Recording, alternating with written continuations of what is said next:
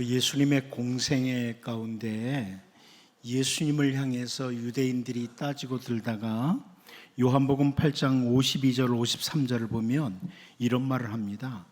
유대인들이 이르되 지금 네가 귀신 들린 줄을 아노라.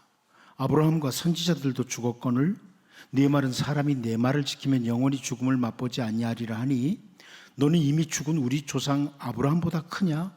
또 너희 선지자들도 죽었거늘 너는 너를 누구라 하느냐? 이런 질문을 합니다.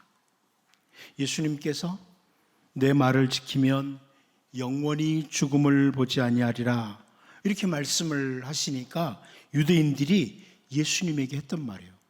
아니 아브라함도 죽었는데 선지자들도 다 죽었는데 네가 아브라함보다 커? 네가 아브라함보다 위대하다고? 이렇게 항의를 하는 겁니다. 그때 예수님께서 하신 말씀 가운데 한 가지가 뭐냐면 요한복음 8장 56절에서요. 너희 조상 아브라함은 나의 때 볼 것을 즐거워하다가 보고 기뻐하였느니라. 이런 표현의 말씀을 하십니다. 아브라함은 나의 때 볼 것을 즐거워하다가 보고 기뻐했다. 현대어 성경이 이렇게 번역해 줬어요. 너희 조상 아브라함은 내 날을 보기를 기대하였고 내가 오는 것을 보고 기뻐하였다. 그 옛날 아브라함이 나의 때 예수님의 때를 보기를 기대했다. 그리고 기뻐했다. 이런 표현을 해주고 있습니다. 그 옛날 믿음의 조상 아브라함이 주님이 이 땅에 임하시는 날, 다시 말하면 메시아의 날에 대해서 보기를 기대했다. 이런 표현입니다. 그런데 이 아브라함뿐만 아니라 많은 선지자들은 바로 그날 메시아의 날을 바라보면서 기대하고 기다렸습니다. 여러분이 구약성경을 읽어가다 보면 아브라함뿐만 아니라 많은 선지자들이 바로 그 날을 기다려요. 주님이 오시는 날. 제가 낮예배 때도 설교했지만 그 선지자 메시아가 오시는 날을 기대하고 기다립니다. 선지자 스가랴도 그날 메시아의 날을 기다리면서 스가랴 13장 1절에서 그 날에 죄와 더러움을 씻는 셈이 다윗의 족속과 예루살렘 주민을 위하여 열리리라 이렇게 선포하고 있습니다. 그 날이 되면 메시아가 오시는 그 날이 되면 죄와 더러움을 씻는 이런 셈이 열린다. 선지자 스가랴가 바라보는 거죠. 오늘 본문을 보면 선지자 미가도 역시 그날 메시아의 날을 기대하고 기다리면서 선포하는 내용이 있습니다.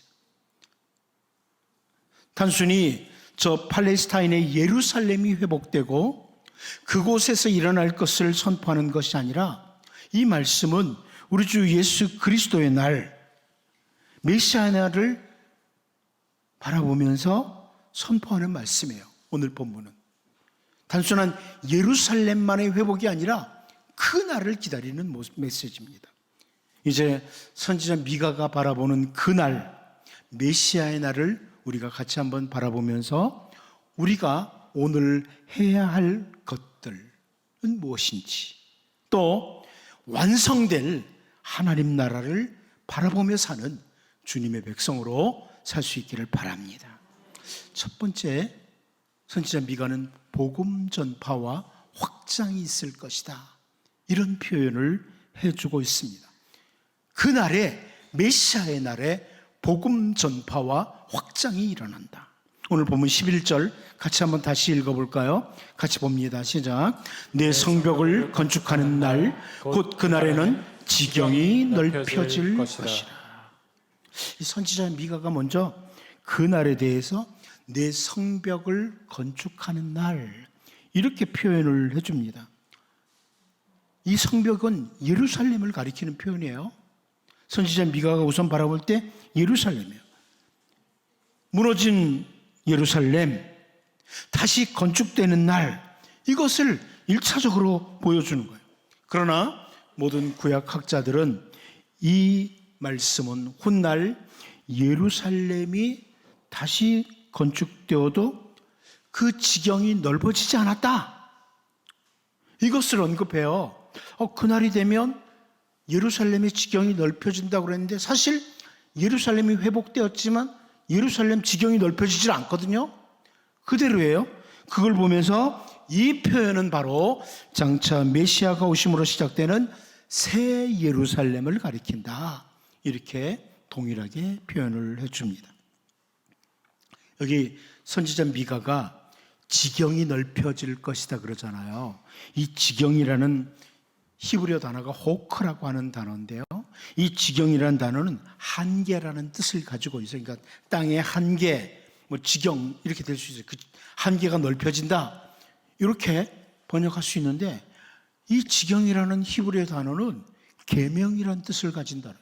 명령이라는 뜻을 가진 단어예요. 바로 이런 이유로 인해서 예루살렘이 건축되는 날에 그 한계가 넓혀진다, 이 표현은 단순히 예루살렘의 경계선이 넓어질 것이다 이렇게 바라보는 사람도 있지만, 우리 주 예수님이 오심으로 새 예루살렘이 시작되고 그 새 예루살렘에서 그 명령, 그 말씀이 점점 멀리 퍼져나갈 것을 보여주는 메시지다, 이렇게 바라봅니다. 그러니까 예수님께서 오심으로 이제 새 예루살렘이 시작됐어요. 예수님을 중심으로. 근데 예수님께서 제자들과 오늘 우리들에게 주신 위대한 명령을 따라 이 말씀이 점점 넓혀지게 될 것이다, 이걸 보여준다는 거죠. 마태복음 28장 19절 20절을 우리가 잘 압니다. 그러므로 너희는 가서 모든 민족을 제자로 삼아 아버지와 아들과 성령의 이름으로 세례를 베풀고 내가 너희에게 분부한 모든 것을 가르쳐 지키게 하라. 볼지어다 내가 세상 끝날까지 너희와 항상 함께 있으리라 하시니라. 이 말씀과 같이 생명의 복음이, 그 말씀이 모든 민족에게 전파되어야 될 것과 확장될 것을 보여주는 말씀이 바로 선지자 미가가 멀리서 바라보는 말씀이라는 거예요. 아직 예수님 오시기 한참 전에 이걸 바라보고 있다는 겁니다. 사도행전 1장 8절에서는 아예 지역까지 나오죠. 오직 성령이 너희에게 임하시면 너희가 권능을 받고 예루살렘과 온 유대와 사마리아와 땅 끝까지 이르러 내 증인이 되리라 하시니라. 지역까지 나오는 거죠. 저 팔레스타인에 있는 예루살렘에만 복음이 갇혀 있는 것이 아니라 점점 넓게 전파되어야 될 생명의 복음, 주님의 명령임을 확인시켜주는 말씀입니다. 자, 이렇게 여러분, 그날의 메시아의 날, 다시 말하면 우리는 지금 메시아 시대를 살고 있거든요. 예수님이 이미 오셨고 다시 오실 것이라는 이 중간에 우리가 살고 있어요. 이미 시작된 하나님의 나라, 메시아의 나라, 그리고 앞으로 완성될 메시아의 나라, 이 중간에 우리가 살고 있는데, 이 시대에 살고 있는, 메시아 시대에 살고 있는 우리들은 복음이 계속 전파되되 땅끝까지 전파되어야 된다. 복음이 더욱 확장되도록 해야 된다. 이것을 선지자 미가를 통해서 보여주는 걸 보면서 우리가 해야 될 일은 무엇인가를 확인해야 되고, 우리는 장차 완성될 하나님 나라를 바라보며 살아가는, 장차 정말 모든 민족이 주님 앞에 무릎을 꿇는 그 날을 바라보며 사는 이런 주님의 백성으로 살 수 있기를 바랍니다. 두 번째는 땅 끝에서부터입니다. 우리 본문 12절을 다시 한번 읽어봅니다. 보겠습니다. 시작. 그날에는 아수르에서 애굽 성읍들에까지, 애굽에서 강까지, 이 바다에서 저 바다까지, 이 산에서 저 산까지의 사람들이 내게로 돌아올 것이다. 자, 여기 보면 아수르, 애굽, 이 바다, 저 바다, 이 산, 저 산, 곳곳에서 내게로 돌아온다, 예루살렘으로 돌아온다, 이런 표현을 합니다.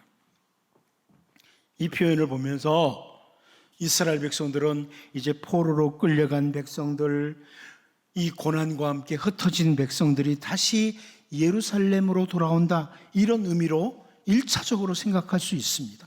그러나 대부분의 학자들은 거기서 그치지 않습니다. 이날, 곧 메시아의 날에는 모든 민족에게 복음이 전파되고 하나님의 백성이라고 불리지 않았던 사람들이 돌아올 것을 보여주는 말씀이다. 여러분, 사실 우리는 과거에는 하나님의 백성이라고 할 수 없었어요. 이스라엘 밖의 사람들, 외인들이었습니다. 그런데 우리가 하나님의 백성으로 돌아오는 것을 선지자 미가가 바라보고 있는 겁니다. 선지자 호세아가 호세아 2장 23절에서 이런 표현하죠. 내가 나를 위하여 그를 이 땅에 심고 긍휼히 여김을 받지 못하였던 자를 긍휼히 여기며 내 백성 아니었던 자에게 향하여 이르기를 너는 내 백성이라 하리니 그들은 이르기를 주는 내 하나님이시라 하리라 하시니라. 사실 선지자 호세아를 통해서도 이미 선포되고 있는 거예요. 내 백성 아니었던 자들, 암미가 아니었던 사람들에게 하나님께서 너는 암미라 이렇게 할 것이라고. 우리는 다 이방 사람들, 멸망받을 사람들이었는데 우리에게까지 생명의 복음이 전달되었고 예수 그리스도를 받아들인 우리는 하나님을 아버지라고 부르는 이런 사람들이 되었다. 그리고 우리는 주는 내 하나님이시라, 주는 내 하나님이시라 이렇게 고백하게 된 것입니다. 선지자 이사야는 이사야 45장 22절을 통해서 땅의 모든 끝이여 내게로 돌이켜 구원을 받아라. 나는 하나님이라 다른 이가 없느니라. 이렇게 선포하고 있습니다. 이사야 49장 6절에서도 그가 이르시되 네가 나의 종이 되어 야곱의 지파들을 일으키며 이스라엘 중에 보존된 자를 돌아오게 할 것을 매우 쉬운 일이라. 내가 또 너를 이방의 빛으로 삼아 나의 구원을 베풀어 땅끝까지 이르게 하리라. 이렇게 구약시대에 이미 예언되고 있었습니다. 메시아의 나라가 예언되고 있었고 메시아의 나라가 시작되면서 모든 땅에서 땅끝에서도 하나님 백성으로 돌아올 것을 보여주고 있습니다. 이렇게 선지자 미가가 바라보는 것처럼 오늘날 세계 곳곳에서 수많은 백성들이 하나님 나라 백성으로 돌아오고 있고 장차 우리는 주님이 다시 오시는 그날에 완성될 하나님 나라가 될 때 사실 모든 백성이 하나님의 무릎 앞에 하나님 이름 앞에 무릎을 꿇는 것을 보게 될 것입니다. 우리는 비록 이 땅에 살고 있지만 완성된 나라를 바라보면서 사는 사람들이에요. 완성될 하나님 나라를 바라보면서 사는 사람들. 그리고 오늘 나는 주님의 통치 아래 있는가? 나는 주님의 통치 아래 있는가? 이것을 늘 확인하면서 각자 주어진 그 삶의 영역에서 최선을 다하는 이런 주님의 백성으로 살아갈 수 있기를 바랍니다. 마지막 한 가지 더 볼 것은 그날의 메시아의 날에 죄로 가득 찬 세상은 어떻게 될 것이냐 하는 부분을 말씀해 줍니다. 죄로 가득 찬 세상은 어떻게 될 것인가? 우리 본문 13절을 다시 한번 같이 봅니다. 시작. 그 땅은 주민의 행위로 말미암아 황폐하리로다. 자, 여기 그 땅은 황폐하게 될 것이다. 선지자 미가가 선포를 합니다. 사람들 가운데는 이 그 땅은 예루살렘을 가리키는 것 아니냐 이런 사람도 있고 바벨론을 가리킨다 이렇게 하는 사람들 다양한 의견이 있습니다. 그러나 이제 보수적이고 가장 좋은 해석은 뭐냐면 여기 보면 그 주민의 행위로 말미암아 황폐하리로다 이 표현을 통해서 찾을 수 있는데 죄로 가득 찬 세상 나라를 가리킨다 이렇게 바라봅니다. 죄로 가득 찬 세상 나라, 하나님을 대적하고 말씀에서 떠난 세상 나라, 요한계시록에서 표현된 대로 바벨론을 가리킵니다. 과거에 있었던 바빌로니아 제국을 말하는 게 아닙니다.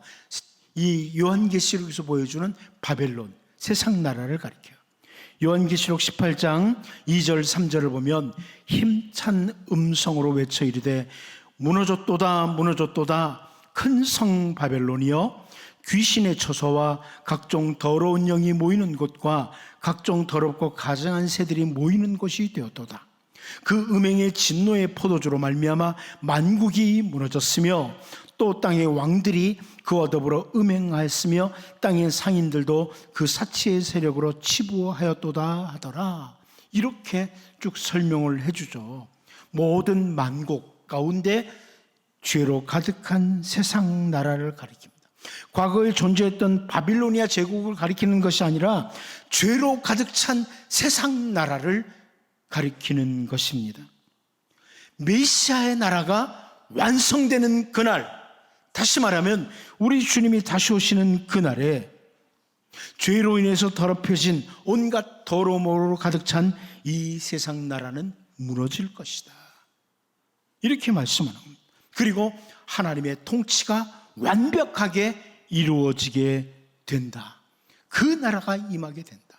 지금은 여러분, 이 세상에 악인들이 여전히 큰 소리치고 살아가고 세상은 조금 잔머리 잘 굴리고 이런 사람들이 잘 사는 것 같아요.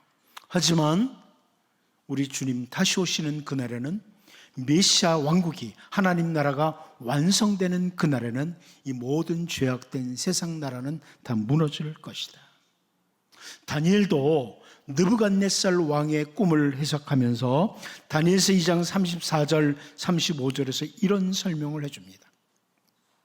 또 왕이 보신즉 손대지 아니한 돌이 나와서 신상의 쇠와 진흙의 발을 쳐서 부서뜨리매 그때 쇠와 진흙과 녹과 은과 금이 다 부서져 여름 타작마당의 겨같이 되어 바람에 불려간 곳이 없었고 우상을 친 돌은 태산을 이루어 온 세계에 가득하였나이다. 이렇게 설명을 합니다.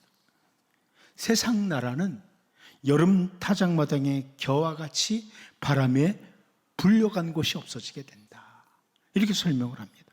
그리고 하나님 나라가 완성되는 것을 보여주고 있습니다. 하나님 나라가 온 세계에 가득하고 세상의 죄로 가득한 나라는 다 무너질 것을 보여줍니다. 여러분, 우리는 이 땅에 살고 있지만 하나님 나라를 바라보고 하나님 나라를 소망하고 사는 사람들입니다. 바울 사도가 표현했던 것처럼 우리의 시민권은 하늘에 있습니다.